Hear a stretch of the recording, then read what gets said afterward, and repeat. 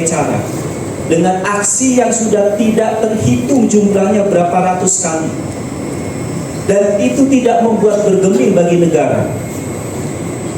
Yang kedua, kita lakukan dalam melawan Omnibus Law ini melalui proses hukum. Kita gugat JR ke MK melalui gugatan formil, kita menang. Gugatan formil kita menang. Kita dikalahkan itu karena politik. Maka itu yang membuat sadar seluruh pimpinan nasional, pimpinan buruh secara nasional, untuk melawan Omnibus Law ini harus dengan politik kembali. Karena aksi udah ratusan kita gelar, proses hukum pun kita dikalahkan melalui politik. Maka tidak ada cara lain untuk merubah ini, dia harus dilawan melalui politik juga. Itulah akhirnya SPMI menginisiasi kembali cita-citanya yang lebih besar dengan melahirkan kembali Partai Buruh. Dalam rangka apa Partai Buruh ini? Melawan Omnibus Law. Dengan harapan kemarin pileg ada kader-kader kita yang bisa duduk di parlemen. Ternyata ini menjadi evaluasi kita. Kesadaran politik di tingkat buruh ternyata masih jauh. Mereka hanya melihat suatu perjuangan itu apa yang di depan mata, belum bisa melihat bagaimana struktur itu. Suatu proses undang-undang dibuat. Maka ini tugas kita, PR organisasi untuk ke depan bisa memberikan pendidikan politik menjadi program kerja organisasi. Mulai dari pendidikan dasar itu juga sudah harus dikenalkan dengan politik. Karena begitu pentingnya perjuangan kita melalui politik. Upah itu adalah perjuangan politik. Ya. Saya kasih gambaran yang mudah dan dekat saya. Saya kan dulu ketua DPW Jawa Barat. Ya. Ibu kota Jawa Barat itu Bandung, dan saya kebetulan tinggal di Bandung. Sebagai ibu kota, seharusnya wajar kalau upahnya itu lebih besar daripada kabupaten kota yang lain. Tapi apa? Fakta nyatanya Kota Bandung kalah dengan Kerawang, Kota Bandung kalah dengan Bekasi, Kota Bandung kalah dengan Purwakarta, Kota Bandung kalah dengan kabupaten kota yang lain, Bogor, Depok, dan lain sebagainya. Jauh upahnya tertinggal. Padahal Kota Bandung ibu kota. Kenapa itu bisa terjadi? Faktor kepala daerah yang tidak berpihak kepada buruh. Pulpen itu dipegang oleh siapa? Ketika pulpen itu dipegang oleh yang hatinya berpihak kepada pengusaha, maka saya yakin kesejahteraan untuk buruh itu akan tertinggal. Purwakarta dulu upahnya itu jauh di bawah Kota Bandung, jauh. Tapi setelah adanya reformasi, ada otonomi daerah, di mana upah itu ditentukan oleh kepala daerah masing-masing, bupati wali kota, maka disitulah terlihat keberpihakan kepala daerah terhadap buruh. Minimalnya adalah upah. Upah Kota Bandung tertinggal oleh Purwakarta, selisihnya 1.200.000. Jauh. Maka ini penting teman-teman sekalian, ya. Sampai dengan saat ini kita FSPMI bersama dengan seluruh konfederasi melalui partai belum mampu untuk merubah Omnibus Law. Maka ini kita tetap tidak bisa berdiam diri. Aksi-aksi tetap kita lakukan, berbagai upaya-upaya kita lakukan. Maka dalam waktu keseharian, karena hubungan industrial kita ini tetap harus berlangsung, maka ada 4 program prioritas DPP yang lakukan untuk menghadapi Omnibus Law. Selama secara politik Omnibus Law ini belum bisa kita cabut, tapi dalam menghadapi keseharian hubungan industrial ini, DPP FSPMI membuat 4 program prioritas. Yang pertama apa? Organizing. Karena dengan dampak Omnibus Law banyak anggota kita ini yang ter-PHK. Ketika anggota kita banyak ter-PHK, maka jawabannya adalah organizing, rekrutmen anggota, tambah jumlah anggota lagi. Kemarin kita ngirim DPP dan pimpinan pusat logam kita tanam di Morowali, karena di sana basis daripada pertambangan nikel. Kita minta dispensasi 1 bulan ke perusahaannya, kita kirim ke Morowali 1 bulan nggak boleh pulang.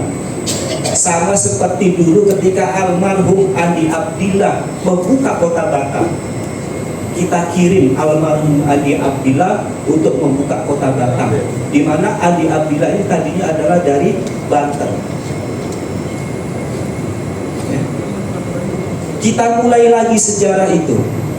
Kita kirim orang, Bung Yasin dan juga Bung Yanto dari BP Logam. Kita tanam di Morowali 1 bulan nggak boleh pulang untuk rekrutmen anggota di Kaltim, ya, di Morowali, Indonesia Timur dan lain sebagainya. Semua bergerak BPSPA semua. Maka bagaimana rekrutmen anggota ini menjadi program kerja mulai dari DPP, PP, PC, PUK, DPW, KC, semua berpikir bagaimana anggota kita bertambah. Semuanya, bukan hanya PR daripada perangkat di atas. PUK berpikir bagaimana density ini diperkecil. Tadi sudah disampaikan kan, density Batam EE masih di bawah 50%. Artinya apa? Masih ada potensi yang di depan mata, di rumah kita, di perusahaan kita, density-nya masih luas, masih besar. Ayo, ini kita rekrut mereka menjadi anggota SPMI. PC juga berpikir tidak puas dengan 20 PUK yang ada sekarang, misalkan. Bagaimana tahun depan dalam Rakercap ini harus bertambah. Tadi sudah sampaikan minimal 2 PUK atau 10.000 anggota. Ini menjadi semangat kita bersama, tidak hanya pengurus PC nanti. PUK juga punya semangat yang sama. Ya. KC juga berpikir begitu, memperluas wilayah. DPW juga berpikir begitu. Seluruh kabupaten kota harus ada SPMI. Ketika daerah itu tidak ada SPMI, kita pastikan upahnya rendah. Di Jawa Barat ada kota Banjar namanya.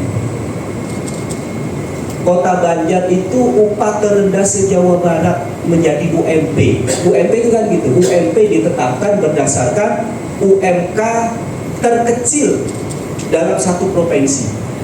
Upah terkecil di Jawa Barat itu kota Banjar 1,9. Nggak nyampe 2 juta, bayangin. Ya. Dan UMP terkecil se-Indonesia Raya itu ada di Kota Banjarnegara, Kabupaten Banjarnegara, sama-sama Banjar. Kalau Banjarnegara itu di Jawa Tengah, itu upah terkecil se-Indonesia Raya. Upah terkecil se-Jawa Barat itu di Kota Banjar, sama-sama Banjar. Kenapa itu terjadi? Karena di sana belum ada SPM, tidak ada pergerakan. Ya, maka ini penting. Yuk rekrutmen anggota. Siap ya? Ya. Siap nambah anggota? Ya. Tahun depan kalau saya datang lagi dalam Rakercap DE, bisa apa yang menjadi target itu bisa terpenuhi. Bantu PC, bantu PP, bantu seluruh perangkat ini. Yang pertama. Yang kedua, program prioritas DPP SPMI adalah ketaatan COS. Ya. Bicara ketaatan COS ada 4 hal yang harus dicatat. Apa itu? 1, taat waktu. Bayar COS-nya jangan di atas di tanggal 10. Usahakan di bawah tanggal 10. Apalagi dirapel-rapel, apalagi ada yang bolong-bolong yang nunggak. Jangan sampai itu terjadi. Karena efeknya adalah untuk kinerja perangkat.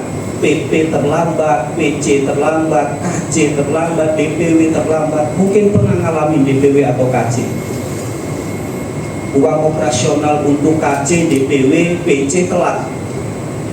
Karena dari PUK-nya telat. Kita tidak ada pemasukan yang lain selain iuran COS. Nggak ada dari pemerintah atau pengusaha atau dari pihak-pihak lain, nggak ada. Kecuali COS pemasukan. Ya, satu, taat waktu. Yang kedua adalah taat mekanisme. Apa itu taat mekanisme? Bayar COS-nya dari PUK langsung ke DPP. Jangan dititipin ke PC, jangan dititipin ke KC atau DPW. Insya Allah kalau Batam kan sudah nggak ada yang kayak gitu ya, titip-titip nggak ada ya. Daerah lain masih ada, khususnya yang jauh dari DPP, terpantaunya Indonesia Timur, ya, jangkauannya dari DPP jauh. Alhamdulillah ini Batam, ya, Kepri khususnya.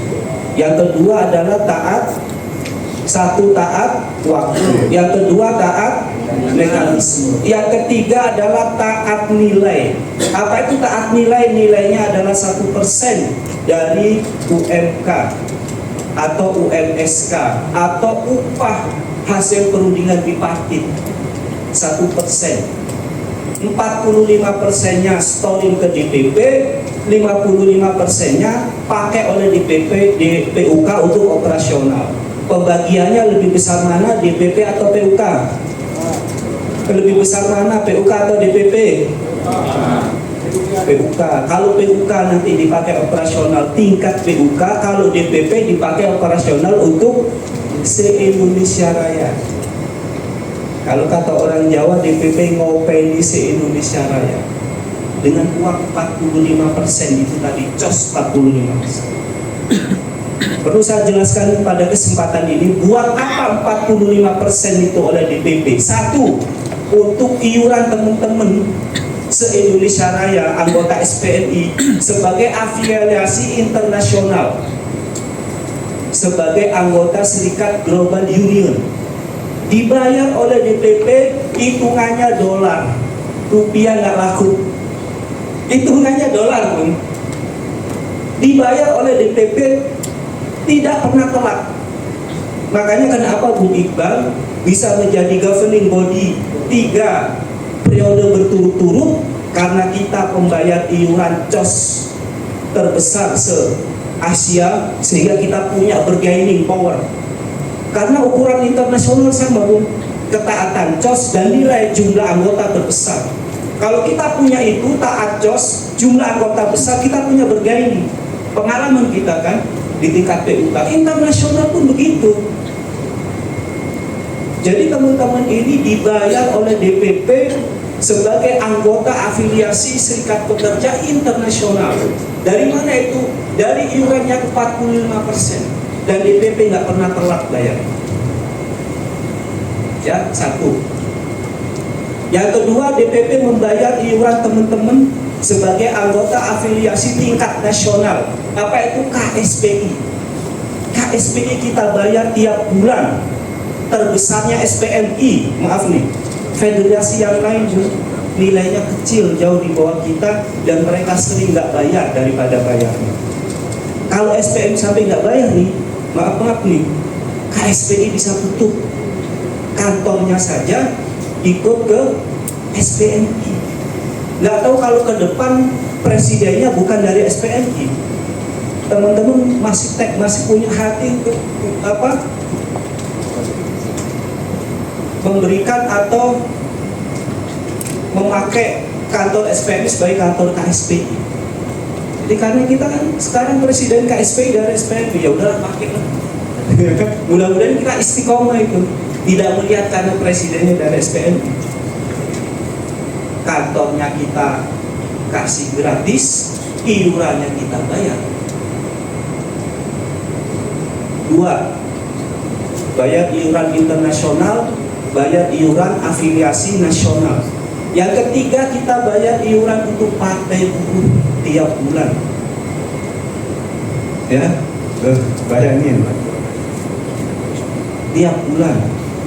Kalau telat ya bisa ramai di sana. Yang bayar itu hanya SPMI dan KSPSI Bung Adigan, yang lain. Ya. iuran internasional, iuran KSPI, iuran partai buruh. Ya.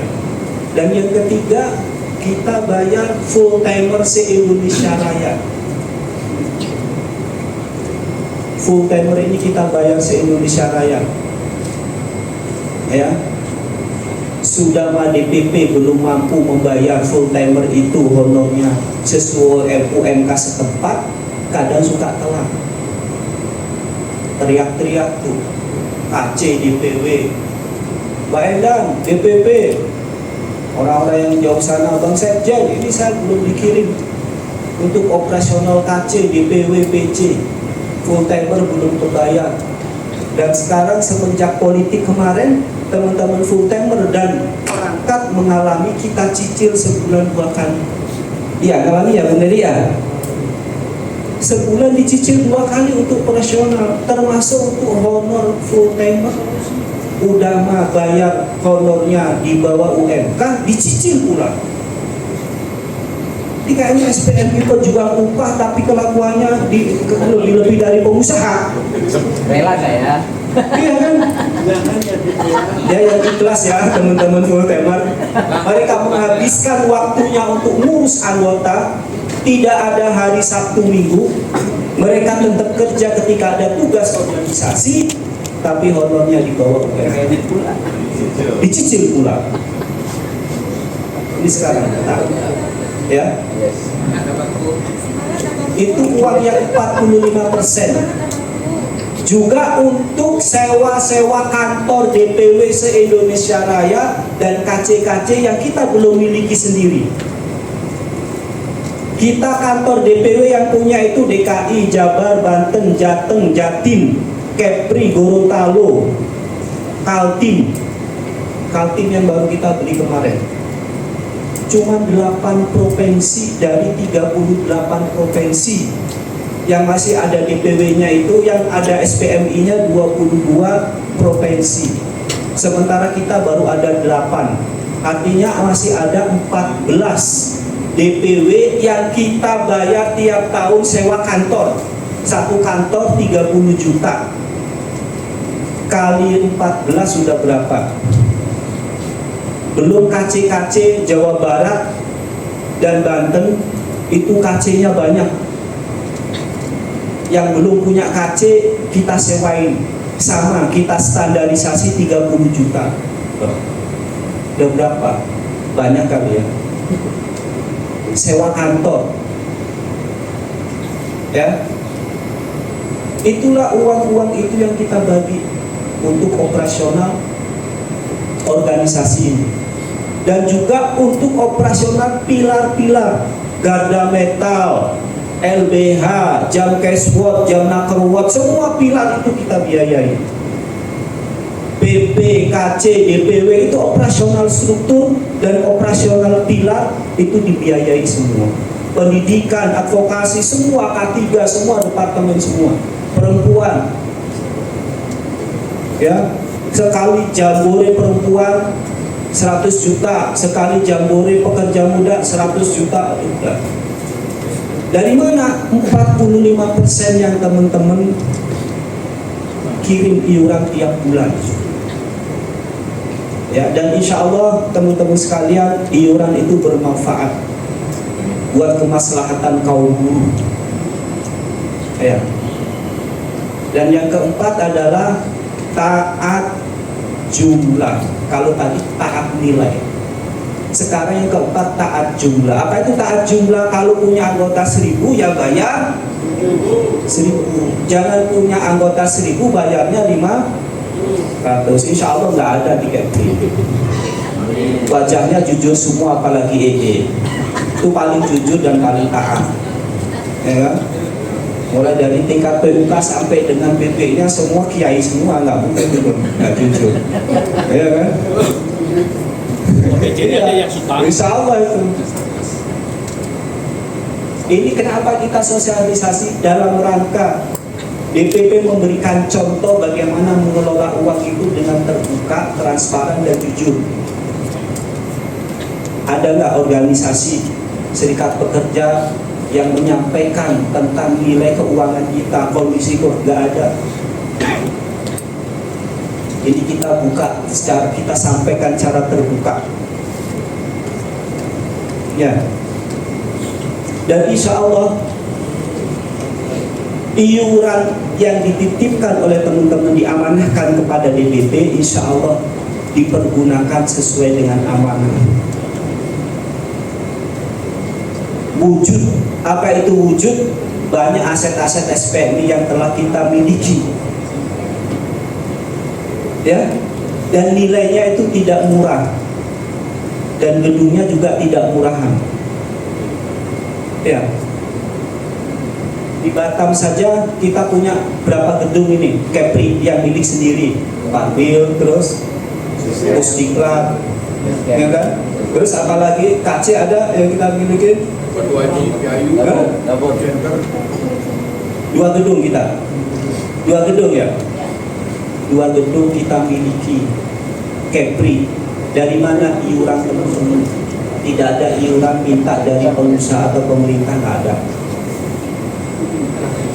Terakhir kemarin di saat musim pandemi pun kita bisa beli kantor DPW Jawa Tengah senilai 800 juta, kita beli cash, nggak nyicil. Kayak kita beli motor dicicil 3 tahun. Beli kantor DPW Jawa Barat 2 miliar cash, nggak dicicil. Lakukan kita beli-beli miliaran SPMI, kalau beli nggak ada yang dicicil, karena orangnya jual rumah nggak mau dicicil. Kalau mau beli, kalau nggak ya nggak usah. Mereka makanya di cash, nggak ada yang mau dicicil, dan nilainya nggak ada yang puluhan juta. Paling murah ya itu 600 juta, 800 juta, dan itu semua mintanya cash. Dari mana iuran teman-teman? Maka insya Allah niatkan iuran itu untuk sedekah. Hitung-hitung hari Jumat di masjid, celengan lewat, pura-pura tidur, kan? Udah lewat. Dan uang itu insya Allah manfaat. Teman-teman tidak terasa iuran bulanan itu oleh DPP dimanfaatkan untuk aset-aset itu. Selama aset itu dipakai oleh guru, amal jariah insya Allah ngalir. Ya. Dan Batam ini insya Allah satu daerah sebagai penyumbang, karena antara pemasukan dengan pengeluaran masih ada selisih ya, masih ada selisih jauh. Pengeluaran Batamnya. Aplaus dong. Itu pengeluaran. Iuran teman-teman untuk kemaslahatan guru se-Indonesia Raya melalui DPP disalurkan. Bayangkan kalau keuangan itu tidak tersentralisir, manfaat itu tidak bisa terasakan oleh guru se-Indonesia Raya. Amal jariah Anda makin luas, manfaatnya tidak hanya untuk Kepri. Semakin luas pergerakan Anda untuk kemaslahatan, maka seluas itu surga insya Allah Anda dapatkan. Ya, saya yakin itu. Ya. Maka itu teman-teman sekalian, bicara ketaatan jos, taat waktu, taat mekanisme, taat nilai, dan taat jumlah. Ya, insya Allah ya, jujur-jujur semua. Itu program kerja DPP yang kedua. Tadi apa? Rekrutmen anggota. Yang kedua taat jos. Yang ketiga adalah penguatan advokasi dalam rangka menghadapi Omnibus Law. Maka pendidikan adakan. Ya, PUK minta ke PC-nya, Pak PC, saya minta diadakan pendidikan karena saya sudah menunaikan kewajiban saya bayar iuran. Maka saatnya perangkat memberikan kewajibannya pula kepada kami ilmu. Apa yang dibutuhkan oleh PUK, teknik berunding, konsep membuat PKB dan lain sebagainya, tinggal minta. Ya, itu yang ketiga adalah penguatan advokasi dalam rangka menghadapi Omnibus Law. Yang keempat apa? Yang keempat adalah PKB. PKB ini juga menjadi program kerja dari pusat sampai PUK. PC-nya dilihat punya berapa PUK, yang punya PKB berapa, yang belum berapa, itulah menjadi program kerja. Peningkatan PKB baik kualitas ataupun kuantitas. Ya. Maka itu teman-teman sekalian, kami hadir keliling ke semua daerah. Ini dalam rangka untuk apa? Dalam rangka untuk menguatkan dari sisi solidaritas dana, apa yang disampaikan oleh Bung Slamet tadi dalam sambutannya, ya kan? Kekuatan SPM itu akan ada di solidaritas massa dan solidaritas dana. Inilah kita dalam rangka untuk memperkuat solidaritas dana. Kita tidak minta ke pengusaha, kita tidak mengemis ke pemerintah. Maka sampai saat ini kita bisa berdiri tegak di depan pemerintah dan pengusaha karena kita tidak mengemis kepada mereka. View adalah iuran teman-teman yang dimanfaatkan oleh DPP lebih luas manfaat. Ya, mungkin itu teman-teman sekalian yang bisa saya sampaikan. Nanti teman-teman akan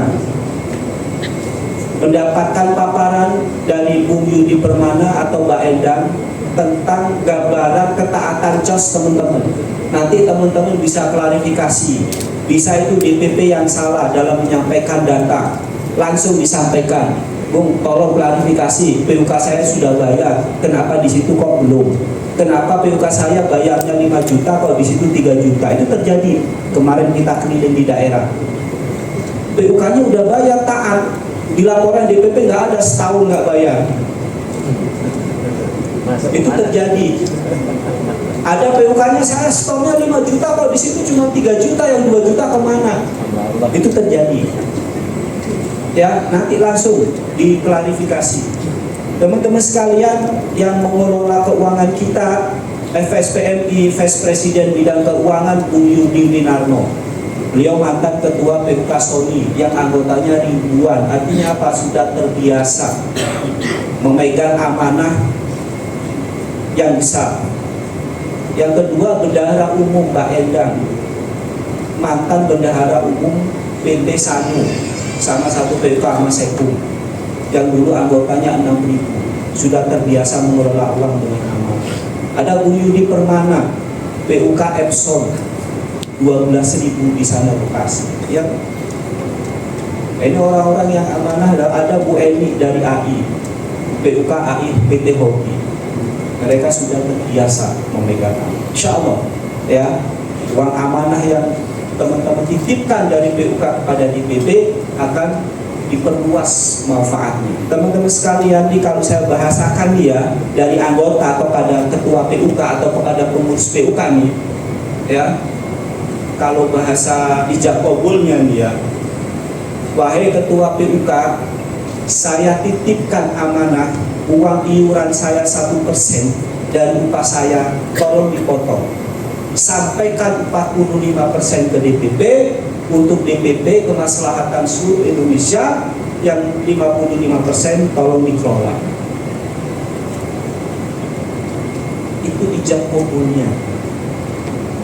Punya hak masing-masing. Lah ya kok nggak disampaikan ke DPP amanah itu? Iya jauh. Iya kan? Sampaikan. Kedua kok aman tuh. Kalau punya anggota 1.000 orang itu menyampaikan seperti itu. Daerah Tolong lain. sampaikan amanah saya ini ke DPP 45%. Supaya saya dapat kemaslahatan lebih luas di Indonesia. Ya, jadi itu teman-teman sekalian, ayo kita fastabiqul khairat, berlomba-lomba kebaikan melalui SPMI ini sebagai thariqah. Ya, mudah-mudahan ini menjadi amal jariah kita semua.